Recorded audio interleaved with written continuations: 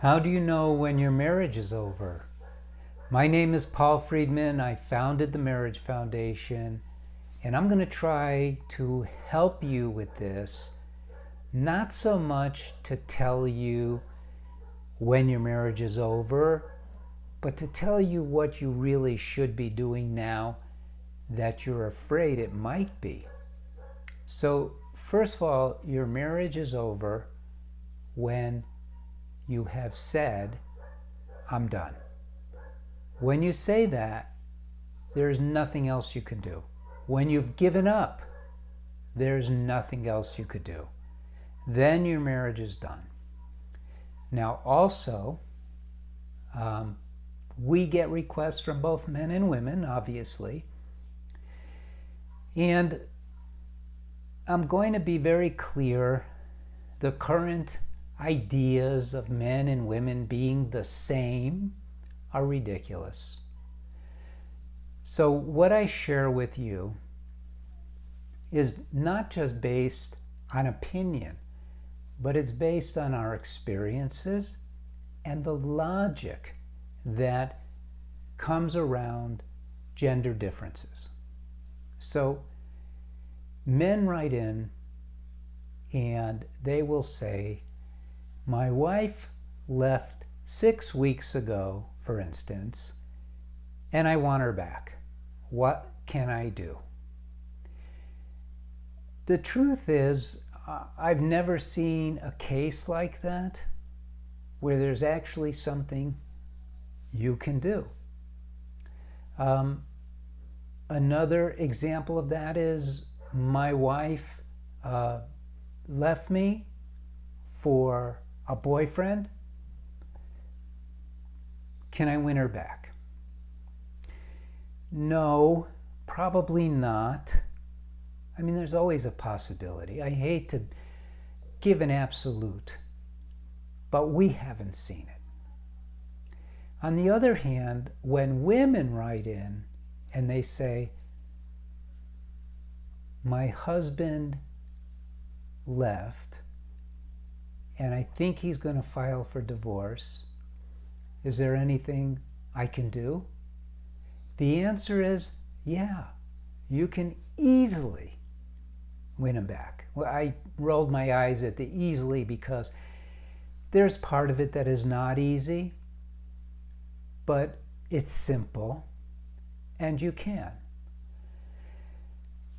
The thing of it is, sometimes the marriage is over, even if you're the woman, but you can start a new one with your husband. Because let's be honest, the old one wasn't all that good, or it wouldn't have ended.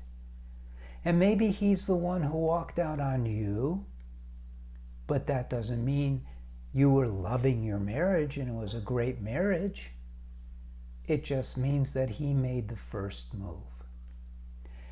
People have a tolerance point when they are in a marriage that's no good.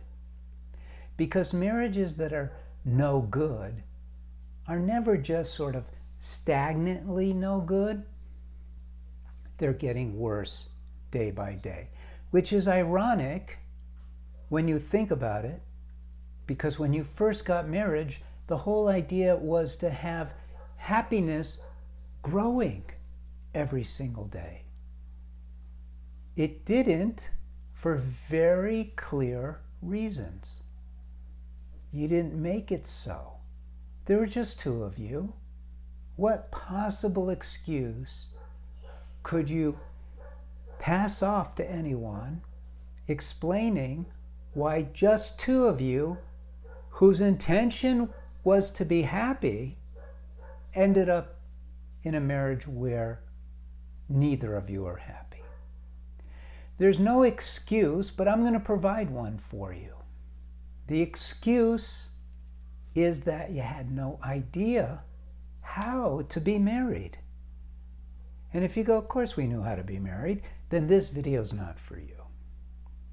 This video is for people who are humble enough to recognize that if they did know what they were doing, their marriage would be getting progressively better every single day. You didn't go to school and learn how to balance a checkbook. You didn't go to school and learn how to sew, although we used to. You didn't go to school and learn hardly anything that is practical in terms of its application. When was the last time somebody said, who was the first president of the United States and what is he most famous for? Well, you might know the answer to that. But is that practical knowledge? We don't learn practical things in school. They say you should be learning that at home. But half the homes are broken homes, so people don't learn. They don't learn about basic things like relationships, how to know who to marry, how to choose a mate. We're not taught. We're not taught about the differences between the marriage venue and every other venue, because marriage is a very unique venue. We don't learn these things. You can't say you learned it by watching on TV or watching movies and seeing how people are married. That's fairy tale stuff. So that's your excuse. You don't know how to be married. So you got married, and what most people do when they get married is they work really hard towards what? The wedding day. They're planning the cake, the tuxedos, the bridesmaids, what they will wear, who will sit at what seat, who's going to perform the ceremony, where the ceremony. I mean, wow. It's an unbelievable amount of work. And no one's ever thinking, well, once we get married, maybe you did this, I don't think so. Once we get married, what do? Oh, we'll get along, everything's fine. Well, that's crazy. You get a car and you have to do maintenance on it. You have to keep it clean, you have to check the liquid levels, the oil, the water. You got to make sure things are running right. And if they're not, you got to do something about it. And in marriage, people think, well, you get married. Then what? Well, then you have kids. It's not like that. Marriage is a living thing. Marriage is alive and it's purposeful. It's supposed to help you evolve as a human being. What do I mean by that? You have to learn how to love each other unconditionally.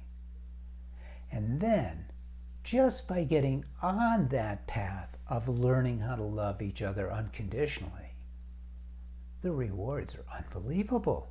But no one told you. So your marriage started going downhill. Now what? Now what? Well, a lot of people might say, well, it's tried and true, didn't work, sorry. I say, let's take this plant and let's revive it. Let's learn how. Let's do the things we need to do, and let's get our acts together. And if you're the only one, get your act together.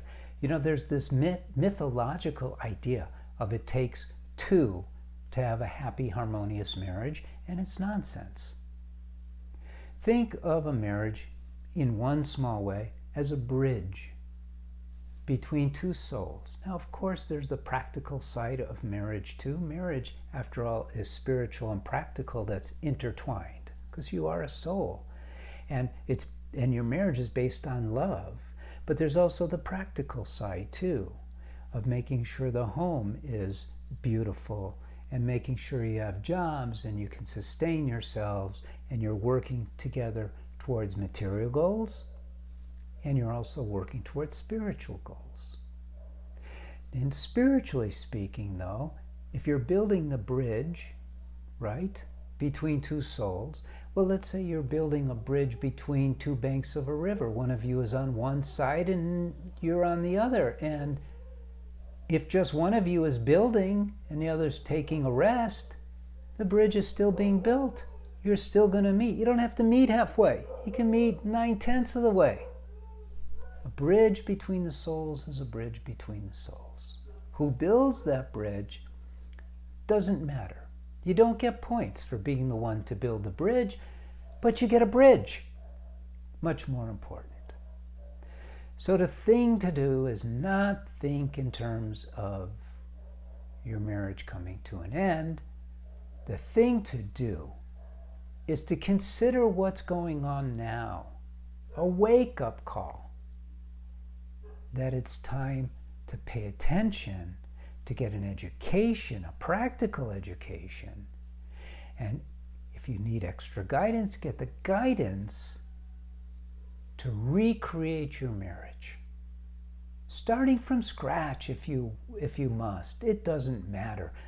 Both of you are amazing people. Neither of you are throwaway people. You just didn't know what you were doing. So,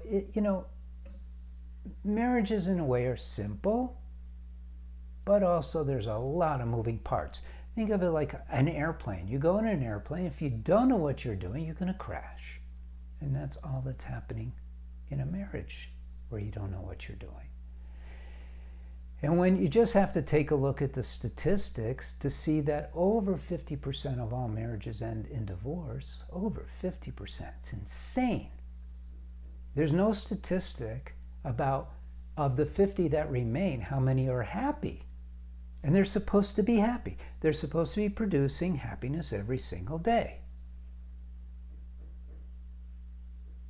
People don't know how. I do. I know how. I've discovered how. I know about marriage the way an auto mechanic knows about automobiles, the way a pilot knows about airplanes. I really understand marriage. I just want to impart what I know to you so that you can get what you should be getting from your marriage. Do not give up. Once you give up, it's over. It's done. But if you don't give up, if you work hard at finding the right path, and I think the one I have is the right path, then you could end up going from a marriage that is dilapidated and terrible and on the verge of divorce and turning it into the most amazing, fruit-bearing marriage ever. And what are the fruits? Happiness, love, joy, contentment, security, all the good stuff. That's it. It's that simple. You can subscribe to this channel, of course. You can like this, share it. You could call in right into our counselors. It's a free service. Tell them what's going on. Get some professional opinion from someone who's not negative, from someone who understands marriage. And let's see if we can't help you out. Meantime, God bless you. God bless your spouse, and God bless your family.